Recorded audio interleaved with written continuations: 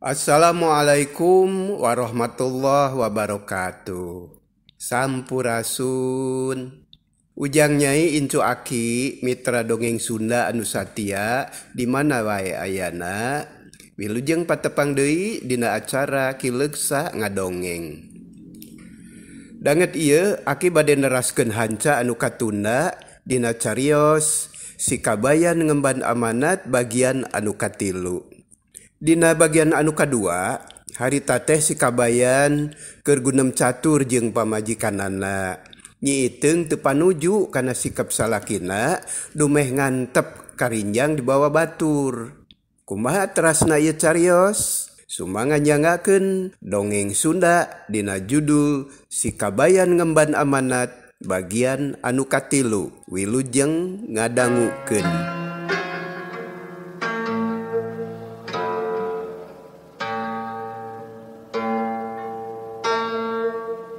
Aya naon Kang Kabayan? Itu aya jelema ngajewang karinjang nu karek angeus bari nunjuk ka nu ngaleos indit. Har, nah atuh diantep wae. Ari urang kumaha? Pan ayeuna mah ngari teh kudu loba, Kang. Kudu satanggungan, jadi butuh karinjang. Domba teh geus genep ayeuna mah. Cek nyiteung teu panujueun. Ih, da dibayar teung. Tah ieu duitna sakieu. Ulu, goning. Nyiiteung teu kebat ngomongna. Sakur anu tadi kapikir ngadadak leungit nenyo duit mah. Lalaunan duit ti Sikabayan ditampanan dipelong bari marah mai. Kop ampihan. Keun bae karinjang mah urang nyieun deui. Da bahanna loba keneh. Ceuk Sikabayan bari terus ngumpulkeun runtah.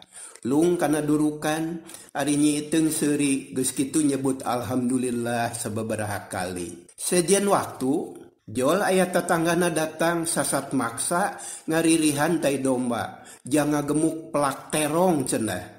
Sikabayan teu ngoretkeun da cek pikirna pila kadar tai domba lah kop teuing butuh mah. Teu kitu ge matak cape miceunan. Tapi teu kituna nu butuh asa ditulung atuh cereng kontan di duitan.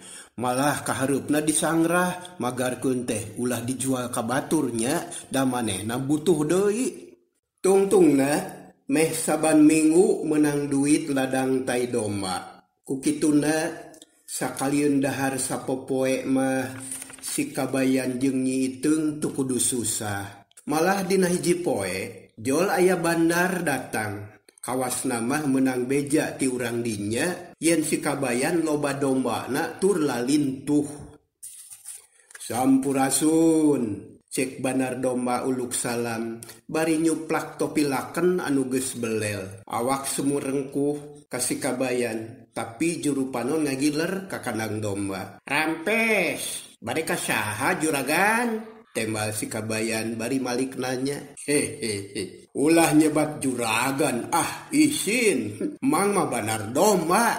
Solongkrong ngajak sasalaman. Ku Sikabayan ditampanan bari nyerenge. Ah, hehe. Banar domba. Aya pikir saeun naon atuh. Manawi tiasa dibantos. Sikabayan teu weleh hormat. Teu wani cucungah ka Sema. Numawi, mang teh geus 2 poe nyider neangan domba. Mangkani gaduh pesenan ti tukang sate, pageto teh kudu aya 10. Mun teu kacumponan teh lebar. Da hargana kur sae ayeuna teh. Ari bieu nguping wartos ti si bibi tukang warung. Saurna di dieu anu seueur domba teh. Baranggok leres we goning. Duh, mata kabita.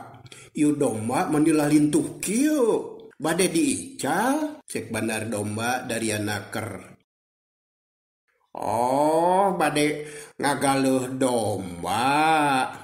Duh, hanjakanya. Da ieu mah moal diical. Margi sanes domba kagaduhan. Tembal Sikabayan teu weleh hormat. Har, nya domba saha? Domba titipan ieu mah kagungan Haji Odo. Tembal Sikabayan. Barang ngadenge omongan Sikabayan kitu bandar domba kerung. Atuh keur kitu torojol deui Nyi Iteung nyamperkeun milu nimrung. Sabab obrolan si Kabayan jeung Banar Domba geus didengekeun ti tadi kene.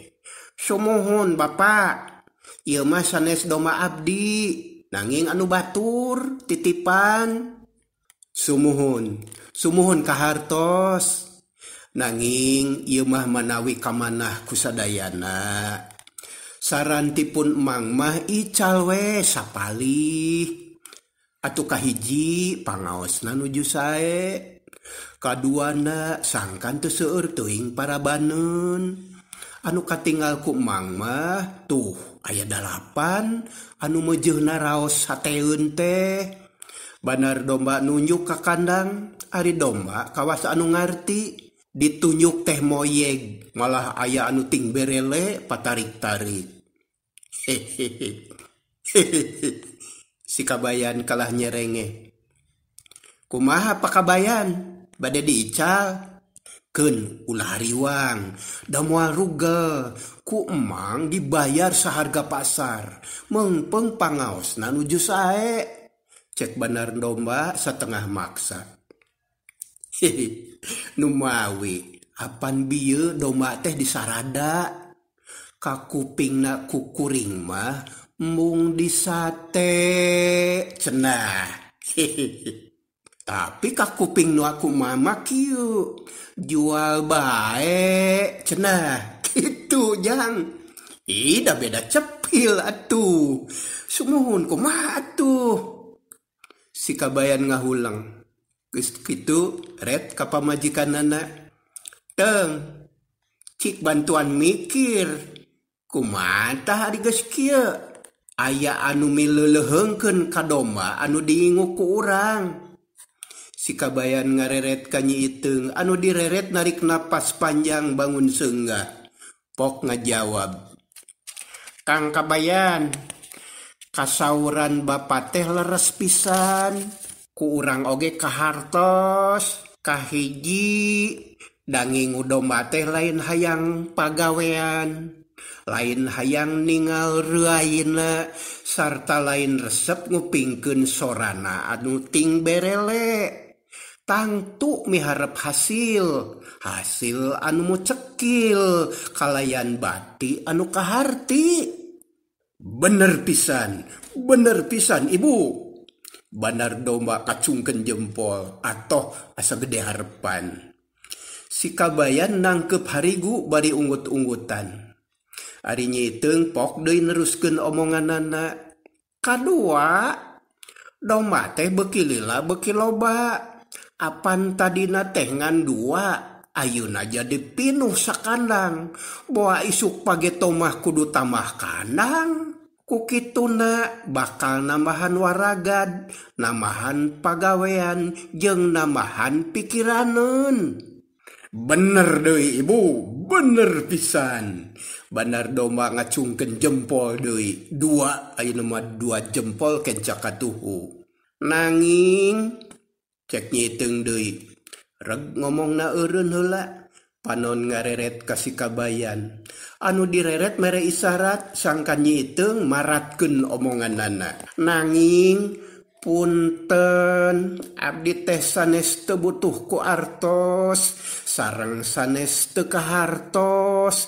Sakali deui unjuk kuninga ieu teh lain domba abdi. Tah kitu Bapak. Banar Domba kerung deui bae. Hatena bagegel haneueul. Hanas geus atoh 2 kali ngacungkeun jempol. Sugan teh Nyi Iteung rek sahate jeung manehna. Ari pek teh balik deui kana omongan anu tadi. Jadi kumaha ieu teh Pak Kabayan?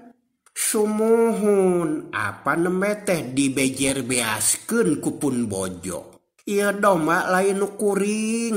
Jadi nyawayahna moal dijual. Da kuring teu boga hak pikeun ngajual ieu domba. Tah kitu Bapak. Punten sakali deui punten. Tembal si Kabayan tatag. Hatena bunga sabab sikap pamajikanana sapamadegan jeung manehna. Ke. Ulah waka dipungkas, mang rek merehula bong bolongan sakali deui ieu. Mangga ieu domba sebatkeun anu batur. Domba titipan atawa naon bae istilah nama. Tapi asana lamun ieu domba dijual kalayan hargana mahal, anu kagungan domba oge da moal burung bungaheun. Asal wartosan we pasihkeun ka anjeunna kalayan anu sajujurna. Tah kumaha lamun kitu? Da asana mah bakal sapamadegan jeung urang anu kagungan domba teh sanes palai ngagunuk-gunuk domba sarta sanes resep kuting berelena da benten sareng ngingu manuk nanging palai seueur artos. Bandar domba teh ngomongna bari pepeta bakatku hayang jentre sangkan si kabayan robah pamadeganana. Somohon eta mah ceuk pamendak urang. Tapi can kantenan pamendak Haji Odo mah buat teu kitu juragan. Si kabayan keukeuh dina pamadeganana. Tapi da emang mah apal kana sifat Haji Odo. Asana mah moal jauh jeung pamadegan urang jang. Sabab ari digunduk-gunduk domba mah gede risikona eta teh. Kumaha mun gering, kumaha mun digusur maung, jeung rea-rea deui we risikona teh. Jadi lamun dijual teh asana moal salah-salah teuing jang. Duanana pakeukeuh-keukeuh. Keukeuh nu hayang meuli. Keukeuh nu mau ngajual. Bandar domba ngebrehkeun pamadeganana dumasar kana ilmu balantik. Kumaha carana sangkan batina gede rugina saeutik. Ari si kabayan ngebrehkeun pamadeganana dumasar kana tata krama dina ngajaga amanat.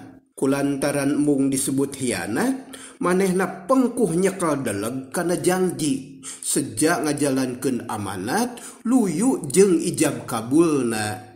Ceuk Haji Odo mihape, nya mihape, teu wani ingkar tina ijab kabul eta. Tungtungna bandar domba teh eleh omong. Bari jeung hanyelu kapaksa amitan. Ngan dina hate leutikna nyelap rasa reueus. Muji kana kapengkuhan si kabayan jeung pamajikanana dina ngemban hiji amanat. Nenyo bandar domba balik teh si kabayan jeung nyi iteung ngemplong hatena. Asa leupas tina bang baluh. Tadi mah banget hariwang sok sieun kagoda anu akhirna poho kana amanat. Alhamdulillah bebas urang teh teung, cek si kabayan. Gek diuk dina golodog satengah mebetkeun maneh. Nya urang teh asa mulang tina pangperangan nya Kang. Kuring geus seunggah tadi mah sieun teu bisa ngomong. Tapi untung iteung boga pamedegan anu kuat. Akang mah satuju pisan. Wah, hebat maneh teung. Pinter ngomong. Nuhun, iteung nuhun nya teung. Urusan ngajual mah gampang. Tapi tanggung jawabna anu berat teh. Sabab urang mah teu dibere wewenang pikeun ngajual domba teung. Tugas urang mah ngan ukur miara luyu jeung amanat Haji Odo. Sumuhun kitu Kang Kabayan. Sawios sanajan pakarangan pinuh ku domba oge jeung tibatan urang hianat mah. Ngan jigana kudu tatahar deui pikeun ngawangun kandang Kang. Tuh anu reuneuh teh aya 5. Mun ngajuruna bareng bakal nambahan 5 domba teh. Mun sarua jeung nu ti heula 2-2 bakal nambahan 10 deui Kang. Cek nyi teung bari pepeta. Heuh, isukan urang tatahar ngumpulkeun bahan. Nah, sana teh bisa lah. Sabot kitu ngongsora adan lohor ti Tajug. Si kabayan jeung nyi teung kontan carengkat. Terus ting laleos kacai rek mandi. Duanana leket nakar ibadahna tara ninggalkeun salat anu 5 waktu. Kocap dina hiji poe. Harita teh si kabayan jeung Nyi Iteung keur jongjon miara kandang. Rarapen disedekeun kana lombang, tai domba digundukeun da sok aya anu meuli teh. Tukangeun kandang ngadurukan, haseupna ngelun, ngahaja muput kandang, ngarah teu loba rametuk. Sora domba ting berele, sawareh keur nyaratuan. Keur kitu, torojol aya nu datang. Tayalian iwal ti si Abah, mitoha si kabayan, anu geus lila tara kadinya. Barang jog anjog gogodeg bari mencerong ka kandang. Geuning Abah, haturan Abah, wilujeng sumping, kumaha damang bah?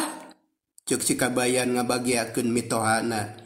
Solongkrong munjungan, ku si Abah ditampanan bari nembalan. Cager kabayan, mana si Nyai? Tuh palih kaler nuju sasapu, ke urang calukan. Si kabayan malik terus gera-gero ka Nyi Iteung. Tukung si lila torojol nyampeurkeun, jauh kene oge geus nyerenge, sono ka bapana memeh ngomong munjungan heula. Damang Abah? Cager, syukur sarerea sarehat mah. Jaba domba maniluya kieu yo. Puguh Abah teh ngahaja nempo, hayang namah tibareto, ngandra ripuh wae ku pagawean. Hatur nuhun atuh Abah, mangga dilebet linggihna, cek si kabayan bari nunjuk ka tepas. Tapi si Abah mungeun kalahpok nanya deui. Kabayan, Iteung, Abah teh menang beja ti silam sijan. Magar maneh boga domba maniluya euy. Tapi cek silam sijan mah tepuguh urusanana cenah. Bener eta teh. Si kabayan jeung Nyi Iteung silih reret, kawas anu silih andalkeun. Lila-lila si kabayan sadar, manehna anu kudu tanggung jawab. Pok ngomong daria naker. Teu leres Abah, nanaon oge aya urusanana. Ngan silam sijan teu ngartieun. Kanggo naon abdi ti hot-hat miara domba, debelaan ngarit saban poe ari teu puguh urusanana mah. Syukur. Tah kitu kahayang Abah oge. Saha anu teu reueus boga anak daekan, jaba usahana hasil deui. Tapi ari ngadenge teu puguh urusanana mah, Abah teh milu mikiran. Jadi kumaha atuh ieu teh anu saenyana? Nah nya domah Haji Odo, cek si Abah, jiga namah keukeuh hayang nalungtik jujutanana. Sumohon bah, jadi lain nu maneh kabayan, sanes. Si Abah nepak tarang, terus gogodeg bari kumecrek. Ret ka Nyi Iteung, nu direret teu ngomong urusan ieu mah.